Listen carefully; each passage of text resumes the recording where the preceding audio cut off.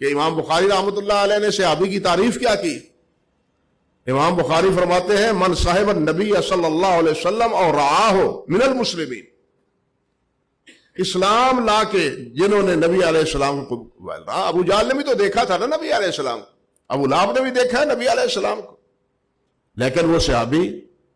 ہر دیکھا جنہوں نے دیکھا ہے وہ صحابی نہیں، صحابی وہ ہے جو نبی علیہ السلام پر ایمان لایا ہے۔ فرماتے ہیں من صاحب النبی صلی اللہ علیہ وسلم اور رعاہ من المسلمین، مسلمانوں میں سے۔ اور حافظ ابن حجر رحمۃ اللہ، یہی موقف ہے امام علی بن مدینی رحمۃ اللہ علیہ کا میں، جس طرح کہ حافظ ابن حجر رحمۃ اللہ علیہ نے فتح الباری میں ذکر کیا ہے، تقریباً ان کے بھی یہی الفاظ۔ حافظ ابن حجر رحمۃ اللہ علیہ نخبۃ الفکر میں فرماتے ہیں هو من لقی النبی صلی اللہ علیہ وسلم مومنا بہ ومات علی الاسلام، صحابی وہ ہے جو ایمان لا کے نبی علیہ الصلوۃ والسلام سے ملا ہے،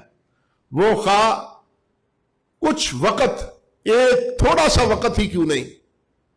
ایمان کے ساتھ نبی علیہ الصلوۃ والسلام سے اس کی ملاقات ہوئی ہے،